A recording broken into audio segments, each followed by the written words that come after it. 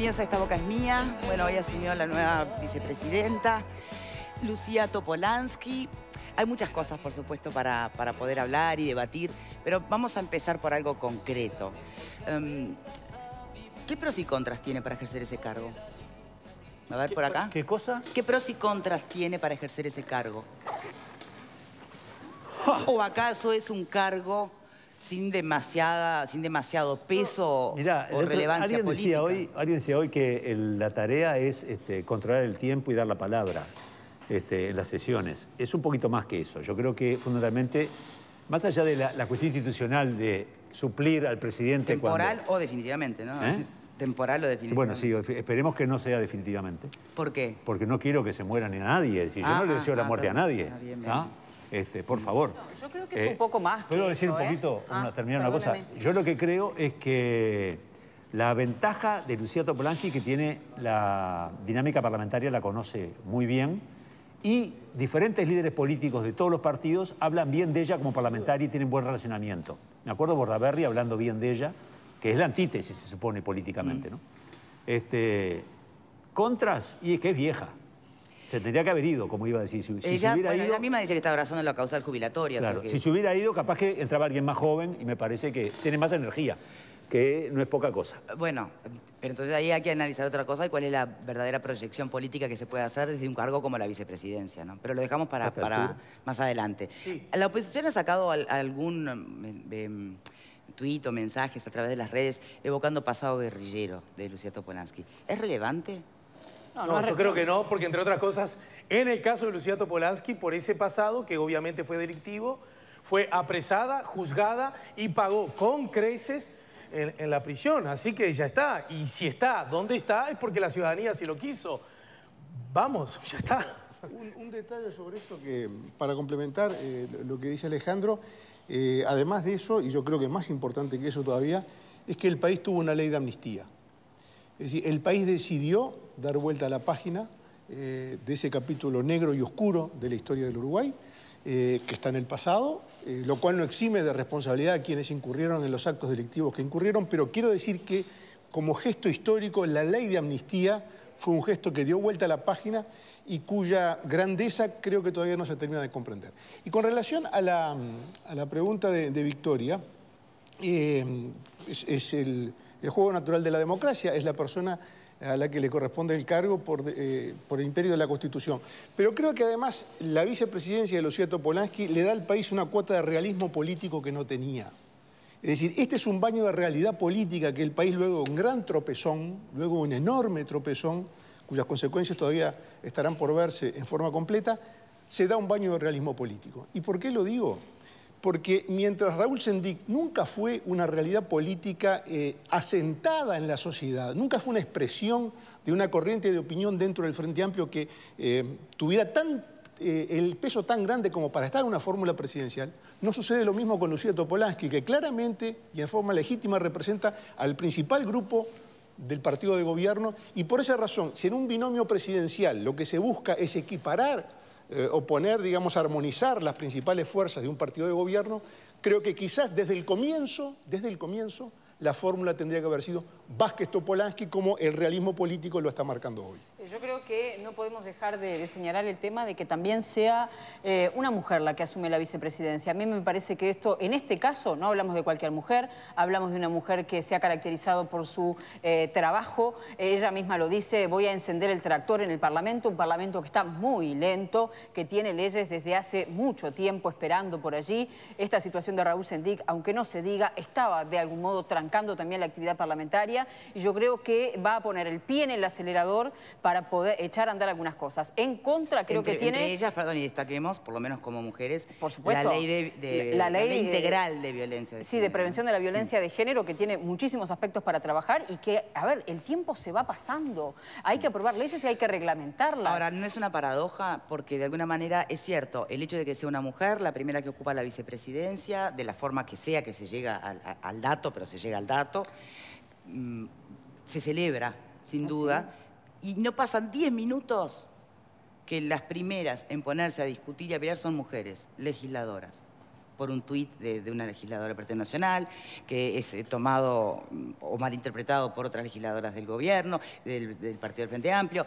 Con razón, sin razón, no importa, pero ya empezó la pica entre mujeres, ¿no? Bueno, hay una sensibilidad muy particular también, ¿no? Ese tuit, no vamos a hacer alusión acá concreta, pero yo creo que también hay una cuestión de las mujeres de ser muy puntillosas y de estar mirando las cosas con una sensibilidad especial. Yo creo que eso hace bien estar marcando allí algunas diferencias y agregarle a la política algunas cuestiones más. Es ridículo. A ver, la expresión que usa Carola Viaga, yo conozco a Carola Viaga, es una expresión renguea la misma pata, es una expresión que usamos todos de cualquier manera. No se refería a la discapacidad. No estamos discriminando a los rengos ni a la gente que renguea.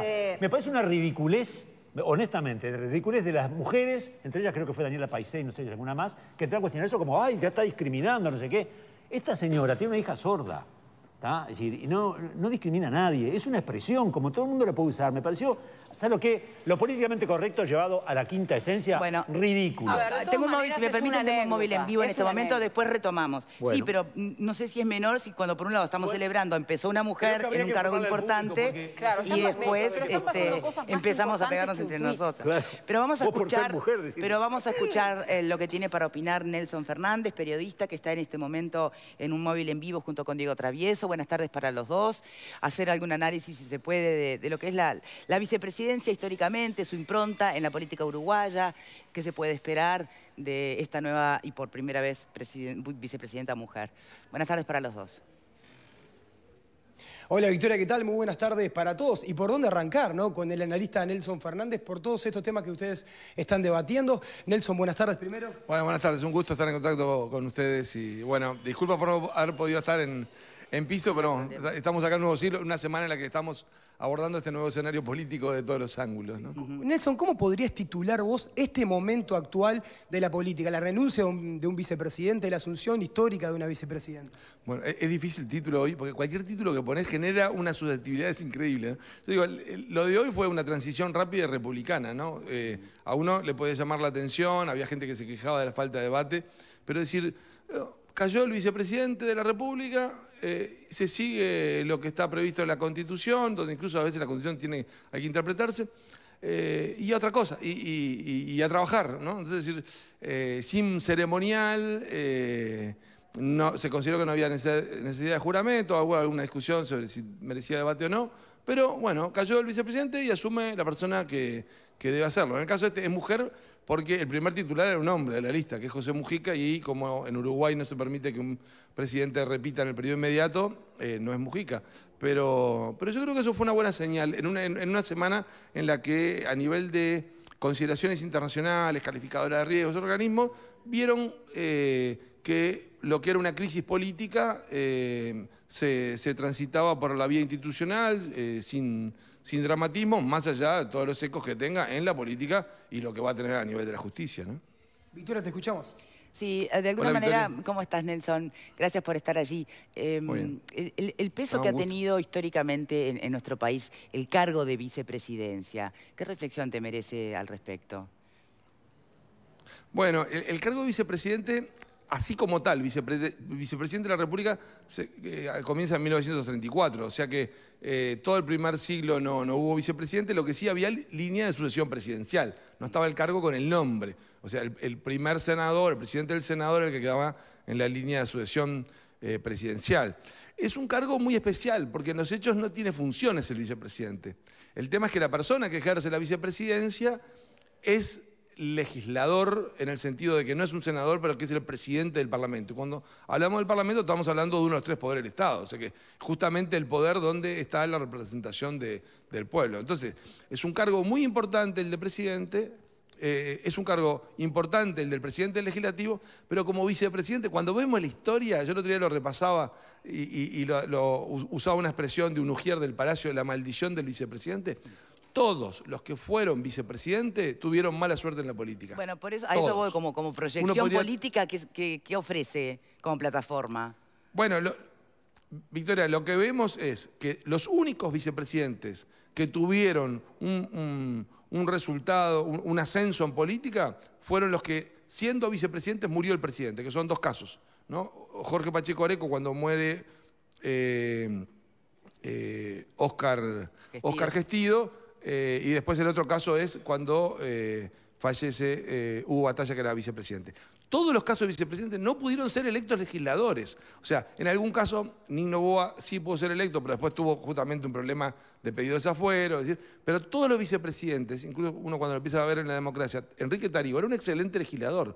Perdió la interna Vallita, no pudo volver a ser legislador. Gonzalo Aguirre, lo mismo. O sea, Luis Hierro López, fue vicepresidente, Leal a Valle, en un momento muy difícil. Después no pudo ser legislador, incluso cuando el presidente Tabaré Vázquez en este periodo lo quiso nombrar embajador en Perú, fue vetado en los hechos en el Parlamento y no logró. O sea, es como que hay una maldición de los vicepresidentes, lo cual no quiere decir que eso sea ni que el destino ni que se repita para todos. Pero lo que tenemos como repaso histórico es que le ha ido mal a los vicepresidentes. Bien, de todas maneras, en cuanto a proyección política, nunca pasó un caso como en el caso de Topolansky, ella misma ya decía estar casi que de salida, por lo tanto no es que vaya a suponerle un escenario prometedor. Pero es cierto, lo de Sendik sí, nunca sabemos, fue un extremo, ¿no? Claro. En cuanto a desenlaces.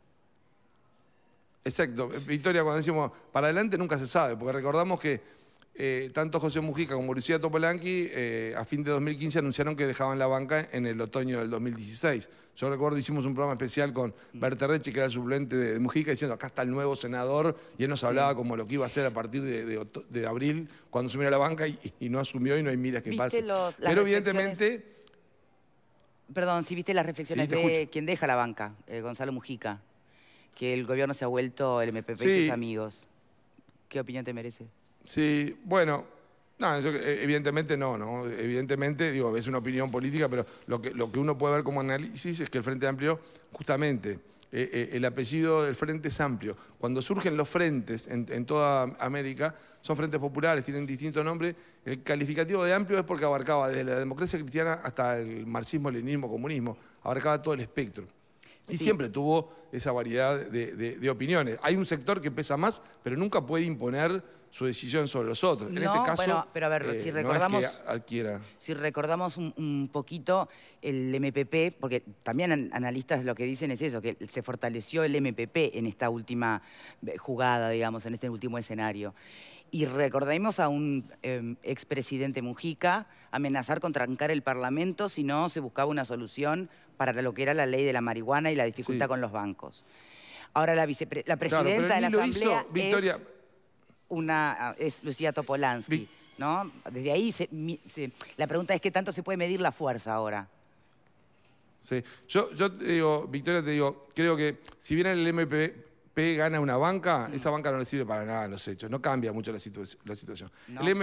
Si bien Mujica dijo, tranco al Parlamento, es como te digo una cosa, te digo la otra. Él ni lo iba a trancar, ni podía trancarlo. ¿Qué iba a trancar? La ley de cuotas de mujeres, iba a trancar los aumentos para la educación. O sea, es una expresión, en definitiva es un exabrupto, porque además es realmente feo decir yo tranco al Parlamento, porque está hablando hasta en primera persona, ¿no? O sea, el Parlamento es una expresión donde es un lugar donde se expresan las corrientes populares, no es una cuestión de una unipersonal. Pero lo dijo como también dijo, si sancionan a Sendik, las 7-11 pueden no dar los votos para algo. Bueno, en el fondo, un partido no puede razonar así cuando es una cuestión de ética. Y en los hechos tampoco lo va a hacer. Y tampoco se puede decir que el gobierno se ha demorado en planes porque el MPP se los haya bloqueado en el Parlamento. Hay un tema que es la reforma de la caja militar, en el cual si uno entra a ver cada partido hay diferencias, hay temas que son complejos, pero no se puede decir que el gobierno esté lento porque el MPP le tranca. Como tampoco lo va a trancar ahora. Creo que el gobierno, cuando uno dice el gobierno, a la presidencia Tabaré Vázquez,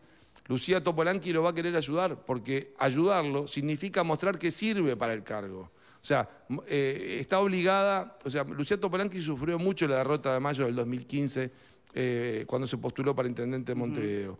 Y ahora va a decir, vean que yo sirvo para hacer esto. Y el MPP la va a querer ayudar. Y cuando el MPP quiere ayudar a Lucía, indirectamente va a ayudar a Tabaré Vázquez. Al gobierno se le abre una oportunidad. ¿La podrá aprovechar o no? Es otra cuestión. Ahora, esa lógica tampoco es cierto que no funcionaba por Sendik. Sí, ahora esa lógica de ayudar, evidentemente, desde la interna, a que se puedan cumplir los programas y las promesas de gobierno y demás, se da de bruces un poco con algunas voces que señalan, creo que Pascal lo ha hecho en más de una oportunidad, de una pica interna entre distintos líderes, ¿no? Como ser entre Vázquez y Mujica, para ser directos, exacto. como una explicación de ciertos enlentecimientos, tal vez, ¿no? Sí, el enlentecimiento es porque el Frente Amplio está funcionando mal, no es por la culpa de algún grupo.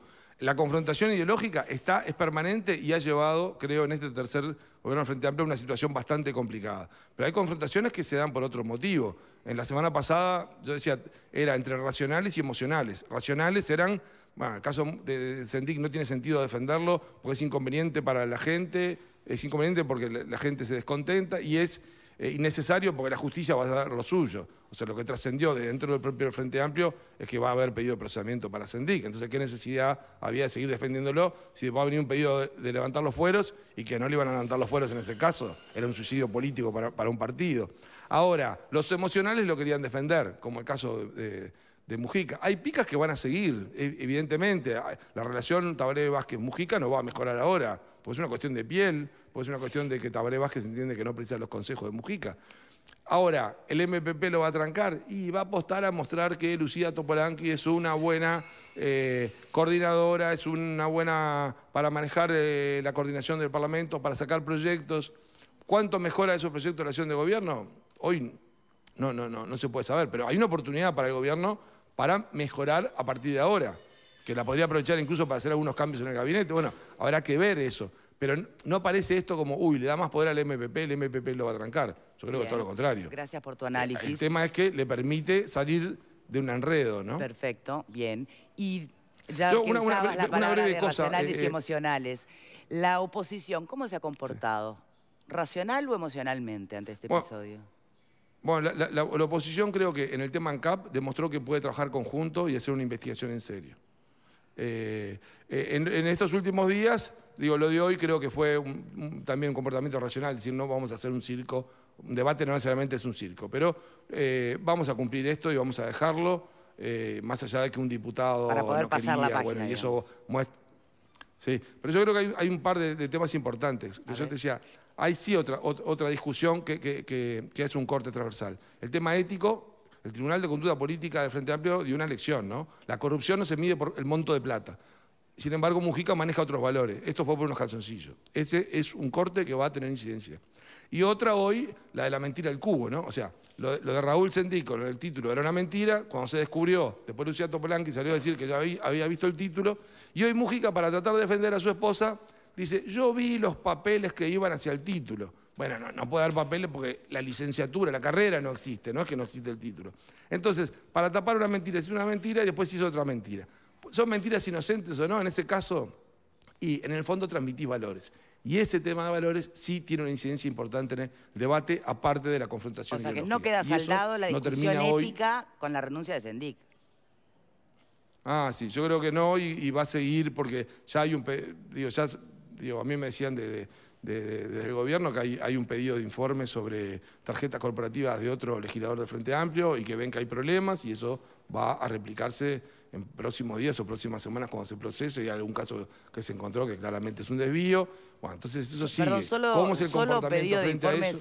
Solo pedido de informes por el uso de tarjetas corporativas a integrantes del Frente Amplio. ¿No hay pedido de informes a integrantes de otros partidos del directorio? Bueno, yo creo que en el caso que te digo es de un legislador del Frente Amplio. Pero en los otros casos creo que han quedado demostrados. El tema es cuál es la acción política que hay. O sea, el tema de que Raúl Sendik con la tarjeta de crédito se compró cosas para él no es propio de Raúl Sendik, ¿no? O sea, eso está claro. Y bueno, y eso creo que sube la vara ahora, alguien usó la expresión esa, sube la vara del tema del control de ese tipo de cosas y de la tolerancia. El tema no es si te compraste el whisky cuando venías del free shop, no, siempre es corrupción y no importa el partido que sea. Bueno, yo hoy lo recordaba. En el 2014 hicimos una entrevista a un director de ANCAP que era director por el Partido Colorado, en el 2014, y le hicimos una entrevista diciendo, ¿no están viendo problemas, irregularidades? Y él decía que no. Y cuando terminó el programa le dijimos, mirá, nosotros del Frente Amplio nos dicen que hay problemas que están descubriéndose y que les preocupa cuando esto tenga eco porque son irregularidades graves. Y él nos dijo que no había, era Máspoli, creo, Juan Máspoli, era el director del Partido Colorado. O sea que él era el director de ANCAP y no las veía. Bueno, acá, en los pedidos de procesamiento, ¿solo pedido de procesamiento para Sendik? No. acá no actúa una sola persona, acá hay gerentes involucrados. Hay situaciones que fueron provocadas por gerentes sin que se llegara a directorio, pero hay cuestiones que abarcan, o sea, no se mueve una persona sola. Bien. Eso es evidente y eso lo tienen que tomar en cuenta todos los partidos, ¿no? Eso es una lección para todos, pero además la gente ahora, digo, no es que diga, bueno, se terminó acá, no. Bueno, no tiene que haber corrupción, ni grande ni chica, ni en ningún partido. Breve, porque tenemos que despedirnos. Se pide evidentemente desde la sociedad una autocrítica al sistema político en general. Y la prensa, los medios de comunicación, en general el periodismo. ¿Nos debemos también la autocrítica? Bueno, la autocrítica la tenemos que hacer siempre, ¿no? Eso es por este episodio, por este último episodio, concretamente. Por el episodio del tratamiento de Sendik. Bueno, yo creo que acá en la prensa que trabaja bien hizo un buen papel. La mentira del título se descubrió en la prensa. Las tarjetas corporativas lo divulgó el semanario Búsqueda y había un pedido de informe que ya lo tenían para un libro, dos periodistas, Madrid y Ruggiero. Después hay intereses políticos, hay otros que actúan con... Siempre hay gente que comete desvíos. El desvío siempre es corrupción. No necesariamente hay que llevarse dinero al bolsillo para que sea corrupción. Bien. Pero la autocrítica hay que hacerla permanente y cada vez más. Y además yo digo, lo comentaba con Diego recién, creo que vamos a un escenario complicado, de mayor rapidez, de mayor crítica e insulto y agravio que se está viendo en redes, porque antes la gente se calentaba y lo decía en una oficina, en la casa. Ahora va a las redes y otro responde.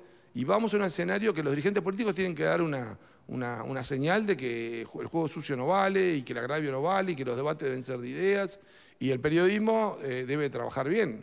Yo el otro día veía un caso que me pareció muy importante porque en algunos lados se debatía si era vida privada o no. El caso del diputado Pablo González de la 711 que violó una disposición judicial de acercarse a la ex mujer por un tema de violencia doméstica. Y algunos decían, si corresponde, no, creo que es un caso gravísimo. Y es un caso que no estamos hablando de corrupción de dinero, pero son un legislador que integra la comisión que tiene que tratar el problema, los proyectos de ley sobre violencia doméstica. Entonces, ¿eso es vida privada? No, vida privada para ocultar, no, los periodistas no estamos para ocultar, estamos para informar, no para enchastrar, no para hacer bullying, no para hacer operaciones políticas. Para informar con honestidad al público y en eso a veces se pueden cometer errores y los errores son parte de la autocrítica. Lo que no es parte de la autocrítica cuando alguien quiere jugar un papel para tirar agua para determinado molino, eso es otra cuestión, ¿no? Nelson y Fernández, no debe tolerarse, como tampoco debe tolerarse la corrupción. Nelson Fernández, muchísimas gracias Diego. No, como siempre, muchas gracias a ustedes y a disposición. Bien. ¿Comentarios? Yo discrepo un poco con esto de que la vicepresidencia en manos de Lucía Topolansky no cambiaría el funcionamiento, un cargo que... Porque una cosa era Raúl Sendik. Raúl Sendik que terminó llegando a la elección nacional con poco más del 10% de los votos. Y otra cosa es que en este momento Lucía Topolansky representa a un 30% del Frente Amplio. Entonces yo creo que Vázquez va a tener que hacer algo que antes no hacía con Sendik, porque estaba devaluado políticamente, porque estaba cada vez más solo, que es negociar, que es conversar. Por ejemplo, Topolansky habla de uno de los temas pendientes, que es la reforma de la caja militar, donde ya se sabe que el MPP tiene algunas ideas que son muy distintas, por ejemplo, a las del astorismo. Me parece que a partir de ahora el diálogo va a tener que ser mucho más fluido y no es Lucía Topolansky, no es Raúl Sendik, no son lo mismo. Y en ese orden de ideas, yo quisiera notar un matiz con relación a un comentario que hacía Nelson sobre las disputas, él llamaba disputas ideológicas en el Frente Amplio. Quizás el paso de los años me hace ver un poco con más de cinismo la vida política y cada vez creo menos en las luchas ideológicas y mucho más en las luchas de poder, que yo creo que son las que realmente importan en la política, no tanto las ideológicas. Verónica señalaba el tema del debate sobre la ley de la llamada caja militar. Pero yo quisiera agregar otro elemento que me parece que explica todo lo que terminó pasando este fin de semana o en estos días. Y lo voy a retrotraer y verán que no tiene absolutamente nada de ideológico al periodo de gobierno del presidente Mujica, cuando se pone en cuestión la venta de Pluna ocurrida en el gobierno, en el primer gobierno de Vázquez, con un rol protagónico de los ministros Rossi y Astori. ¿Qué fue lo que pasó en el gobierno de Mujica? Se puso en el banquillo de los acusados de alguna manera se puso en el foco de la atención pública todo ese negocio de Pruna, con todo lo de Campiani y todas esas cosas. Bueno, muy bien. ¿Y qué fue lo que hizo el MPP cuando el senador Moreira interpelaba una semana, sí, y otro también, interpelaba a Rossi y a Astori? El MPP estaba de brazos cruzados viendo cómo se pasaban la pelota y cómo se acusaban mutuamente. Y Sendik llegó a decir, cuando se le reprochó que hubieran aceptado cheques sin fondo, llegó a calificar de fantasmas a Campiani y a los que lo trajeron. O sea, Rossi y Astori. Entonces, quiere decir que esto no es nada ideológico. Es una lucha de poder muy profunda, donde hay intereses en juego que no son ideológicos y que ahora seguramente está ocurriendo el desenlace de lo que empezó en el primer gobierno de Vázquez. Bien. A mí me gustaría brevemente reflexionar sobre la última pregunta que vos hacías y que tiene que ver con la autocrítica. Sí. En esos términos los expresabas. Uruguay, yo creo que el desafío que tenemos todos, la República en su totalidad, es salir fortalecidos de este tema. Y desde esta perspectiva, yo lo vivo con relativa satisfacción. Estoy en las antípodas de lo que creen que fue un día de luto. Yo creo que es exactamente lo contrario.